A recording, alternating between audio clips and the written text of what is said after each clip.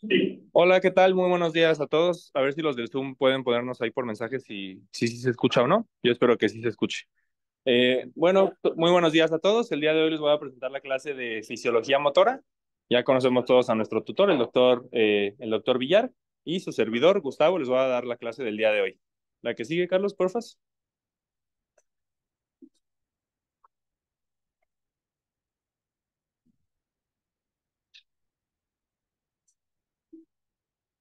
Ahí está.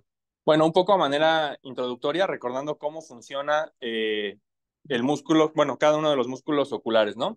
Los músculos están formados por múltiples unidades motoras. ¿En qué consiste una unidad motora? Bueno, una unidad motora está compuesta por un paquete nervioso y por sus fibras. En el ojo tienen un promedio de una proporción de 1 a 2. Ahorita detallamos un poquito más adelante lo de esta proporción. Pero en promedio es eso, una proporción 1 a 2. Estas unidades trabajan respecto a la ley del todo o del nada. Esta ley de todo o nada lo que quiere decir es que cada una de las unidades o funciona al 100% o no funciona del todo. Debido a esta ley del todo o nada, es que habitualmente actúan en relevos fisiológicos, o sea, no trabajan todas al mismo tiempo. Si trabajaran todas al mismo tiempo, sería una fatiga impresionante, porque recordemos que los músculos extraoculares pues trabajan tanto en el sueño como en la vigilia. Entonces, si funcionando todo el día funcionaran todos al mismo tiempo, sería una fatiga visual muy, muy marcada. Es por eso que trabajan en relevos fisiológicos. Aquí les pongo este pequeño cuadro abajo que habla de la relación nervio-fibras musculares. El primer punto es la relación de los músculos de los miembros, o sea, brazos y piernas. Y ahí vemos cómo la relación es de 1 en 100. Por cada nervio hay 100 fibras musculares. Y vemos cómo ya en los músculos extraoculares es muchísimo menor la proporción. O sea, hay mucha más inervación, pues, para que lo entendamos. El recto medial tiene una relación de 1 a 2.7, el músculo recto lateral 1 a 1.8 y el oblicuo superior una relación 1 a 1. O sea, por cada fibra muscular hay un paquete nervioso. La que sigue, Carlos, porfas. Repasando un poquito de lo de la vía eferente, esto creo que ya lo vimos un poco más a detalle en Neurostalmo, pero bueno, un repaso rápido.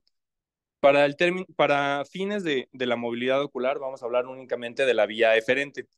La vía eferente está compuesta de 3 vías. Vamos a comenzar primero por la vía supranuclear o prenuclear, que sería un término un poco más correcto porque pues hay algunas vías como la vía vestibular que se origina inferior al núcleo de este nervio craneal. Pero bueno, nada más es ahí como un acotamiento.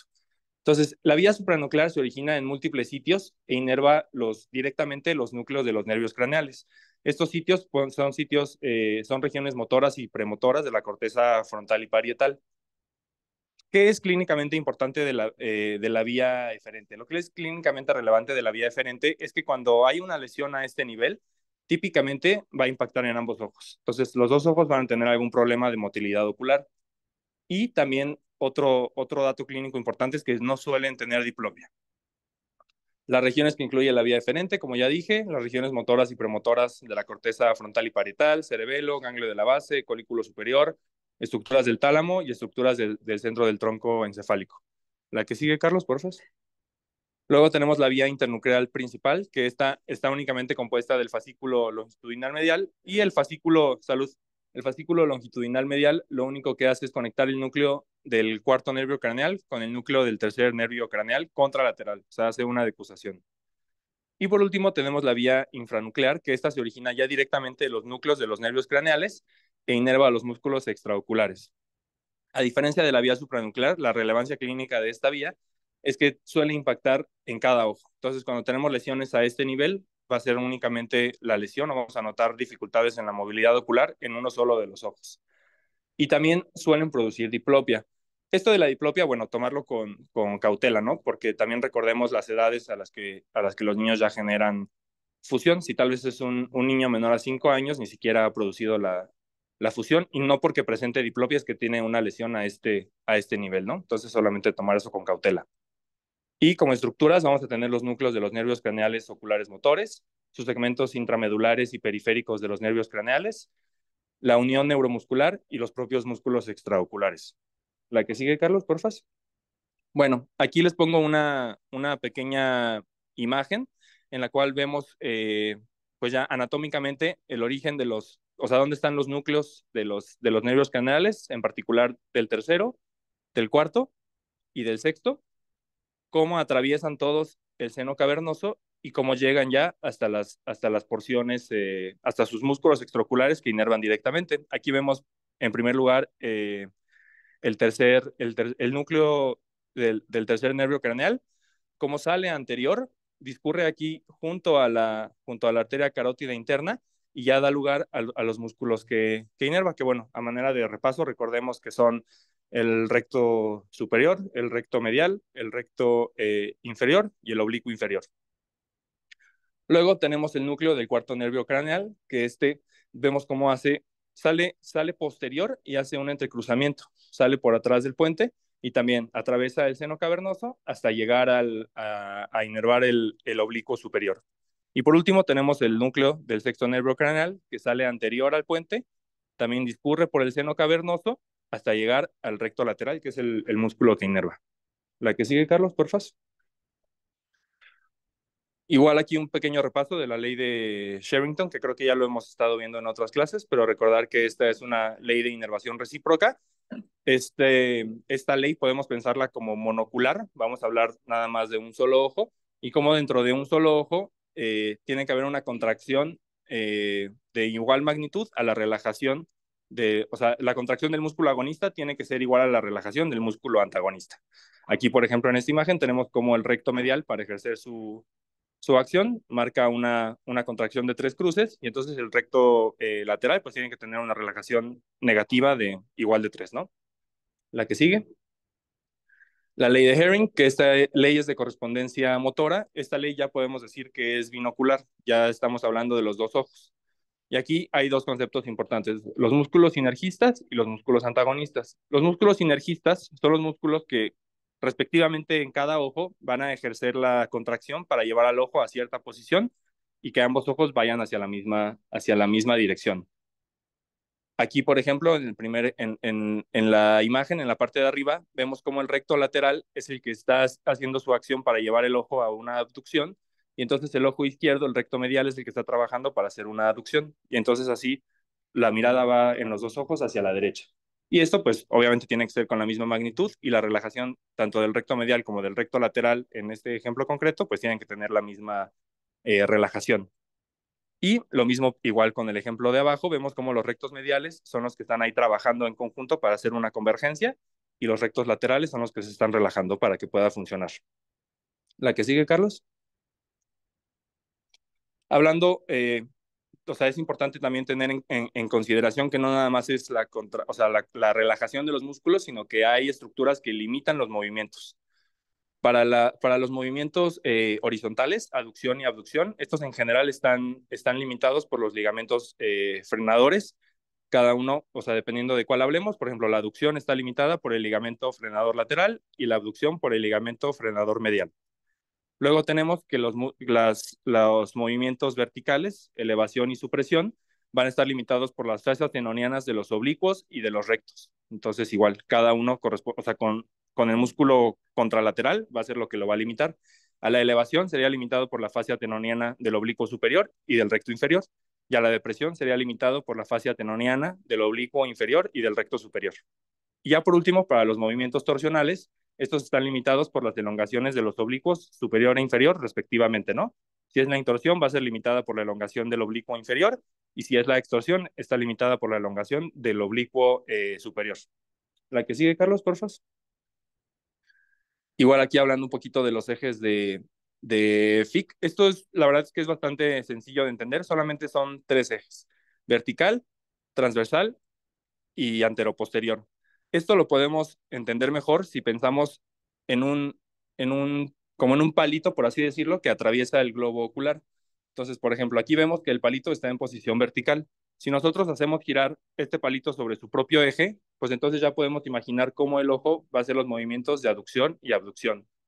Si lo pasamos ahora a la posición horizontal, es lo mismo. Atravesamos el palito y si este gira sobre su propio eje, ya podemos imaginar cómo hacemos elevación y depresión. Y exactamente lo mismo para el eje anteroposterior. Si gira sobre su propio eje de este modo, entonces ya tenemos los movimientos torsionales. La que sigue, por favor. Aquí les puse de los grados máximos de movimiento. Vemos que el grado máximo de movimiento va a ser en la aducción, que nos da un grado de máximo de 60 grados. Para la depresión y para la abducción nos da el mismo rango de 50 grados. Y para la elevación es donde tenemos el grado máximo mínimo, que son solamente 40 grados. La que sigue. Muy bien. Y bueno, aquí ya comenzamos con los movimientos, con las acciones primarias, secundarias y terciarias de los músculos. Esta es una imagen de la Academia Americana de Oftalmología. Se me hace una imagen muy bonita y ahí con las flechas nos marca hacia dónde se mueve cada uno de los grupos musculares. Y tenemos también esta tablita que creo que es la típica que todos hemos visto ya a lo largo de estos años. Y me gustaría que más que nada más aprendernos músculo por músculo y posición por posición, pues tratemos un poco de reflexionar por qué es que funcionan así y tratar de al menos encontrar un modo un poco más fácil de aprendérnoslo que nada más ver músculo por músculo. Entonces, empezando por los rectos mediales y laterales, vemos cómo estos músculos son los únicos que tienen una acción única. O sea, el recto medial solamente puede hacer aducción y el recto lateral solamente puede hacer abducción. Esto no quiere decir que ese movimiento se realice únicamente por esos músculos. Sí son los principales, pero también entran en juego otros músculos. Y también algo muy importante de aclarar es que entendamos que todo esto es dinámico. O sea, nunca se mueve un solo músculo ni un solo ojo. O sea, siempre son los dos ojos al mismo tiempo y por varios grupos musculares. Eso es lo que le da un poco la complejidad a esto. Pero bueno, entonces, la aducción, que está dada principalmente por el recto medial, va a estar ayudada por los rectos superiores e inferiores. Y, y la abducción, que está dada principalmente por el recto lateral, va a estar ayudada por los oblicuos superiores e inferiores. ¿De acuerdo? Y ahorita, ya en las siguientes diapositivas, vamos a entrar un poco más a detalle de músculo por músculo, cómo es que realizan sus funciones secundarias. Entonces, la que sigue, Carlos. Aquí, pues, los campos de acción de la mirada, ojo derecho y ojo izquierdo respectivamente. Estas imágenes son muy importantes porque son con las que trabajamos día con día con el doctor Villar. Entonces, vamos a empezar aquí con la del ojo derecho. Vemos cómo está dividido por colores. Entonces, cada color representa algo. La posición 5, que es la posición primaria de la mirada, ahí nada más estamos viendo con los ojos hacia el frente. Por supuesto que cada músculo tiene cierta tonicidad para mantener la mirada al frente, que es lo de la convergencia tónica. Cuando estamos totalmente relajados, los dos ojos hacen un poco de divergencia, ¿no? Pero bueno, no se está evaluando tal vez ningún músculo de forma particular. Luego tenemos que irnos con las posiciones secundarias, que son las que están ya en color amarillo. Las posiciones secundarias son nada más elevación, depresión, derecha e izquierda, o abducción y aducción. Y luego ya las terciarias, que son las que tenemos en color verde, son las que ya combinan arriba a la derecha, arriba a la izquierda, abajo a la derecha, abajo a la izquierda, ¿no? Obviamente respectivamente en cada ojo. Aquí lo que les decía hace un momento, por lo menos a mí se me hace más fácil de aprenderme o de razonar. Si nos damos cuenta, en todas las posiciones terciarias que el ojo está haciendo abducción, ya sea hacia arriba o hacia abajo, y ya sea ojo derecho u ojo izquierdo, los únicos que trabajan son los rectos, ¿de acuerdo? Entonces, como, esto es como una forma también más fácil, ¿no? En vez de estarte aprendiendo cada uno, bueno, hay que razonar. Los rectos son los que llevan el ojo a la abducción. Entonces aquí, primera posición, terciaria cardinal, recto superior derecho, porque está haciendo una ligera abducción y del lado derecho. Ahorita platicamos un poquito de eso de acerca de por qué el ojo, o sea, cómo funciona lo de si hace abducción o hace con el recto o con los oblicuos. Y si nos damos cuenta, entonces, las aducciones, o sea, llevar el ojo hacia adentro, ahí siempre los que van a trabajar son los oblicuos. Aquí vemos cómo es el oblicuo inferior derecho, el oblicuo superior derecho, y lo mismo para el ojo izquierdo. Entonces, quedarnos nada más ahorita con esta información, ¿no? Si es abducción, el que va a trabajar son los rectos, y si es aducción, los que van a trabajar son los oblicuos. La que sigue, Carlos, porfa. Aquí ya de manera un poquito más particular, el recto superior, recordando cada una de sus acciones, la elevación, la aducción y la intorsión. Y aquí, pues me gustaría a ver si el doctor al final nos da un poquito de retroalimentación. Me voy a cruzar tantito. La imagen que vemos del lado, o sea, los que están en Zoom, los que lo están viendo del lado derecho de su pantalla, donde se ven los tres ojos, por así decirlo. Aquí lo que nos marca esta imagen es del libro del Romero Apis. Lo que nos dice es que cuando está haciendo el ojo cuando está trabajando en abducción, trabaja únicamente el recto superior al 100%. Cuando estamos en posición primaria de la mirada, también para hacer elevación, solo trabaja el recto superior. Y aquí es donde viene un poquito la controversia, que a ver si al final el doctor nos da un poco de retroalimentación. Típicamente la literatura y como, sí, y el conocimiento que se tiene es que cuando se hace aducción, que es hasta lo que yo mismo les dije hace un momento, el que trabaja es el oblicuo inferior. Sin embargo, lo que nos dice este autor es que el recto superior sí tiene injerencia y pues no es poquita, o sea, dice que el recto superior trabaja en un 70% para hacer la aducción y el oblicuo inferior tan solo en un 30%. La que sigue, Carlos, por favor. Salud. Bueno, y aquí para entender un poquito más fácil en qué momento va a trabajar únicamente, aquí es en concreto el ejemplo del recto superior, en qué momento va a trabajar el recto superior para hacer abducción y en qué momento o en qué circunstancia es que va a ser el oblicuo el que va a dar el que va a ejercer su función secundaria y va a dar la elevación y la depresión. Aquí en la primera imagen, en la imagen A, vemos cómo está el eje, dice ahí orbital axis, pero es el eje visual. Eso es posición primaria de la mirada. Y entonces forma un ángulo de 23 grados con el músculo, con el eje muscular. O sea, el recto superior, a pesar de su nombre recto, no está totalmente derecho y paralelo al ojo en la posición primaria de la mirada. Vemos cómo forma, cómo está así un poquito de lado y forma ese ángulo de 23 grados. Eso es en posición primaria de la mirada. Y ese ángulo lo forman tanto el recto superior como el recto inferior. Y cuando está en esa posición primaria de la mirada, el recto superior es el que ejerce la acción elevadora y depresora. Luego, aquí tenemos que si se hace una abducción de 23 grados, o sea, si movemos ese ojo en abducción 23 grados, entonces ya van a quedar paralelos el eje muscular y el eje visual.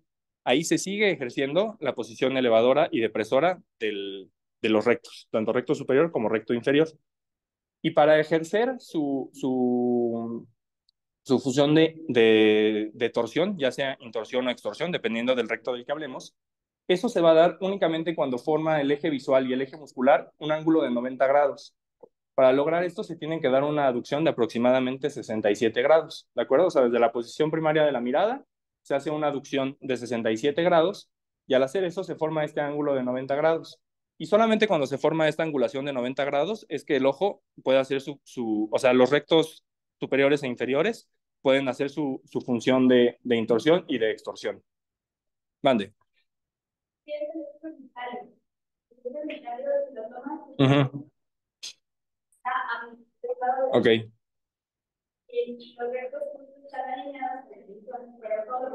va, gracias, Liz. Bueno, no sé si ahorita escucharon los del si no, ahorita lo repetimos o lo escribimos. ¿La que sigue?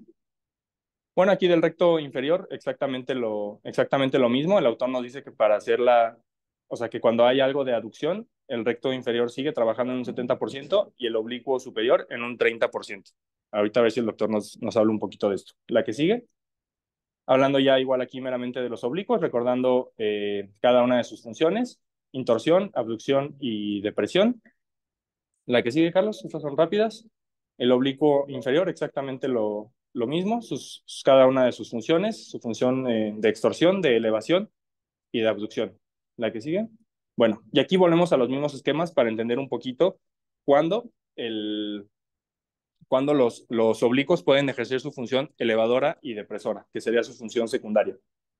Aquí es lo mismo, lo del eje orbitario. Los músculos, aquí en concreto, estas imágenes son del oblicuo inferior. El oblicuo inferior forma un eje de 51 grados con el eje orbitario.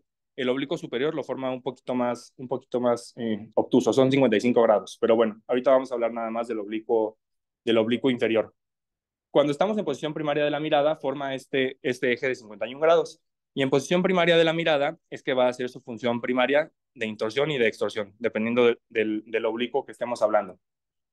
Cuando hacemos una aducción de 51 grados, o sea, cuando llevamos el ojo hacia adentro, 51 grados, entonces vemos cómo ya otra vez se alinean el eje orbitario y el eje muscular. Aquí esto es en este momento solamente cuando va a ejercer su función elevadora y supresora, dependiendo del músculo oblicuo que estemos hablando, ¿de acuerdo? Entonces, esto a mí es más importante para que entendamos por qué y en qué momento es que puede ejercer su función secundaria los músculos oblicuos. Y por último, cuando tenemos una abducción ahora de 39 grados, es que se forma el eje de 90 grados entre el eje muscular y el eje orbitario. Y aquí lo que nos dice esta imagen es que también en esa posición de abducción, o sea, cuando está a 90 grados, es que va a ejercer solamente su función intorsora y extersora. En la que sigue, Carlos. Este es un video que creo que no se puede reproducir. Ahorita lo traté de reproducir, lo traté de descargar, pero a ver, dale, Carlos, pero creo que no se puede ver. Pero bueno, la verdad es que nada más es una animación de cómo el ojito se mueve y para que viéramos como un poquito más en concreto, porque a veces es difícil de imaginar cómo se mueve, o sea, físicamente cómo se contraen los músculos y entonces cómo es que llevan el ojo a cierta posición de la mirada. Entonces era simplemente para que se viera cómo el recto superior al contraerse, cómo hace ese ligero movimiento de abducción. Y también lo otro que quería enseñarles con este video es cómo los oblicuos, al hacer la aducción, es que también hacen su función elevadora y supresora. Y bueno, creo que no hay más, Carlos, creo que ya la que sigue. No sé si tengan algún comentario, alguna pregunta, doctor Villar.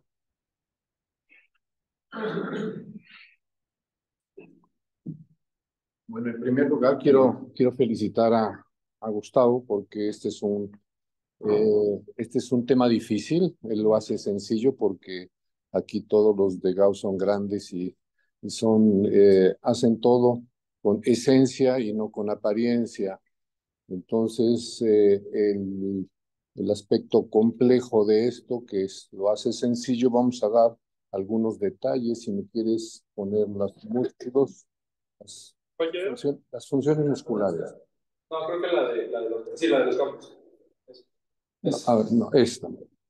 Entonces, cuando se dijo que esto no sirve, pues no sirve para humillar, pero sí sirve para trabajar, sí sirve para tener un plan de manejo, como cuando tú exploras una retina, ves dónde está el agujero, dónde se tiene que bloquear la lesión regmatógena. Aquí tenemos que ver en dónde está el problema. Y si yo veo esto en un bebé que no coopera, que no se deja revisar, si yo tengo la forma de automática de este plan de manejo, yo lo puedo entender, se deje, no se deje revisar, etcétera, etcétera. Por ejemplo, si nosotros tenemos la posición 2, ¿sí?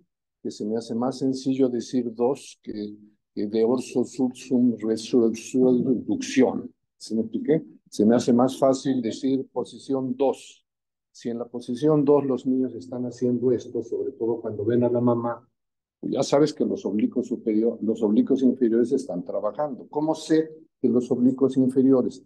Porque aquí en la posición están compitiendo el recto superior y el oblicuo inferior en su acción aductora y abductora.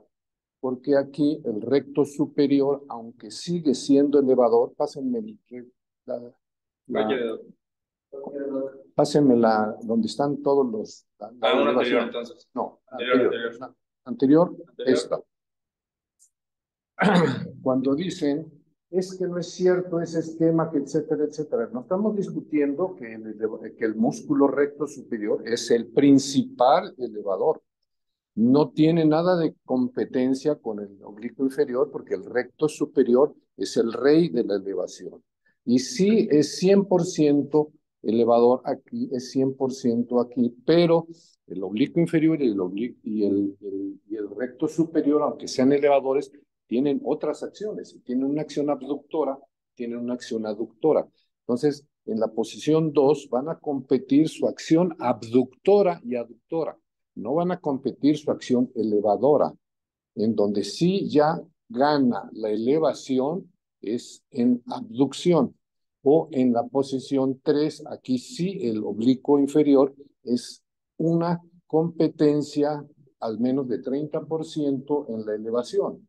Ahora, si yo voy a operar el oblicuo inferior y nosotros hacemos miectomías, no hacemos retroimplantes, porque hemos visto en 45 años que hacer un debilitamiento parcial del oblicuo inferior da síndrome de adhesión porque es un músculo que está en la tenon, es muy difícil de disecar y es muy difícil de poner en debilitamiento parcial y nosotros hacemos debilitamiento total.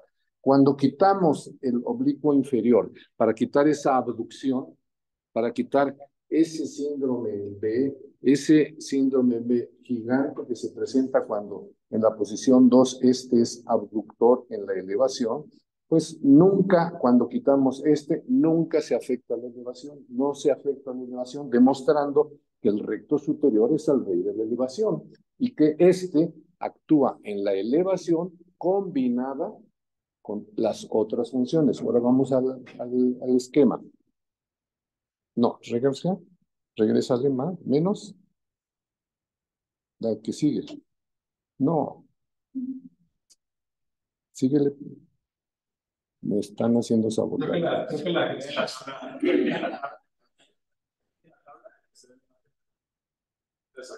Eso. Entonces, aquí es donde vemos que el recto superior, vamos a hablar del recto superior porque es el músculo amigo, ¿sí? Cualquiera que se meta con el recto superior siempre le va a ir bien porque es el músculo amigo. En anatomía, en fisiología, en cirugía es el músculo amigo y el recto inferior es femenino y nos hace muchas jugadas porque pues ya saben que el recto inferior, si no lo cuidas y no lo tratas bien, no manches, ¿sí? Es el músculo inferior, es el músculo no manches. Y el recto superior es el músculo amigo. Entonces, vamos a hablar del recto superior, ¿sí? ¿Qué acciones tiene el recto superior?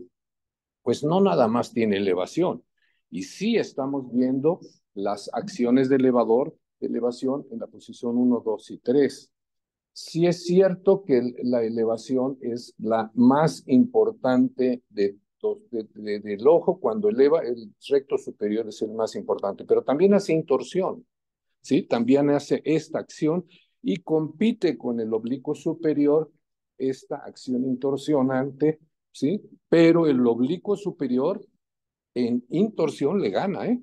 En intorsión, el oblicuo superior es más fuerte que el recto superior. El recto superior es más fuerte en elevación, pero el oblicuo superior es más fuerte en intorsión, por eso cuando está paralizado, se compite.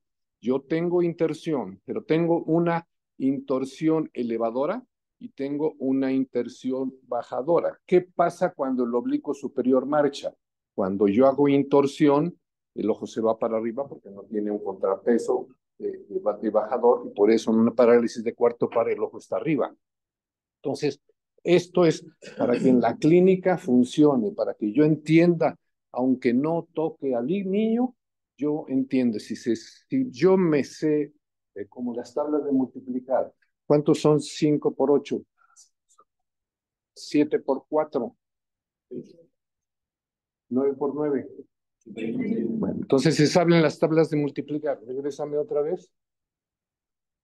Entonces yo tengo que, si sé las tablas de multiplicar, tengo que saber que aquí en la posición secundaria, la posición 2, sí están compitiendo en elevación recto superior y el oblicuo inferior y el recto superior, pero no en su acción elevadora, están compitiendo en su acción abductora, porque el recto superior junta arriba, el recto medio junta en medio y el recto inferior junta abajo.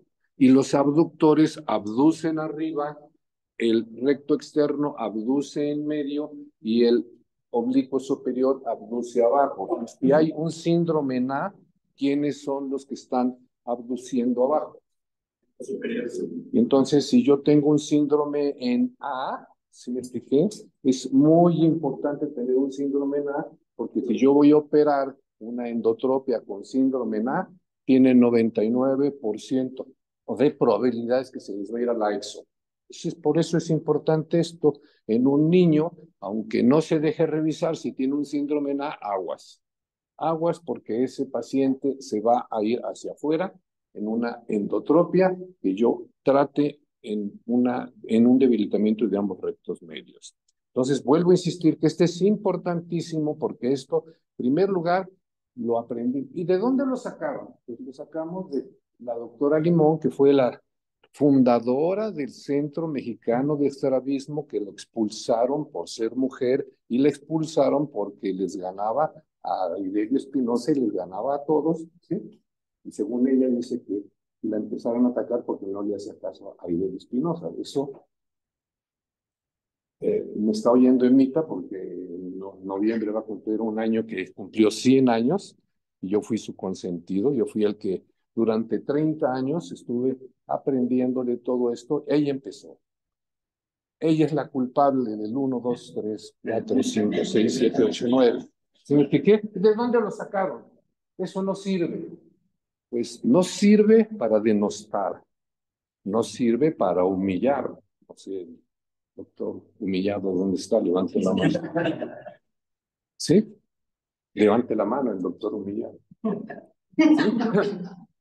Pero sí sirve para revisar. Ahora, un paréntesis. Tenemos 100 estrabismos. ¿Cuántos son niños? No oigo. 90% o más son niños. ¿Y cuántos son adultos? Entonces, los estrabólogos saben más que yo y saben más que nadie de adultos, pero yo sé más de niños. ¿Sí? Yo tengo 45 años revisando niños y en niños nadie me gana. Y en niños el problema es acomodativo, no de fascículo longitudinal medial. El fascículo longitudinal medial sí, es muy importante, pero son en lesiones neurológicas, ¿verdad? De adultos. En niños no tiene nada que ver. Entonces vamos a hablar de lo que es práctico, de lo que les va a servir a ustedes todos los días, de lo que esto sirve para reconocer cómo son los estrabismos, si es un estrabismo de endotropia, si es un estrabismo de exotropia, si es un síndrome en B o es un síndrome en A. Digo que el síndrome en A porque a mí no me gusta que un paciente que está en endo se me vaya para afuera. ¿Y cómo sé que un estrabismo endo se me va a ir para afuera? Si tiene síndrome en A, cuando están hiperfuncionando los rectos, los oblicuos superiores, y cuando están hipofuncionando los oblicuos, cuando están hiperfuncionando los rectos superiores en aducción aquí, y que están hiperfuncionando los oblicuos superiores en abducción abajo en la posición 2. ¿Sí? No sé si esto les aclara algo o les complica más las cosas. Claro. Pero lo que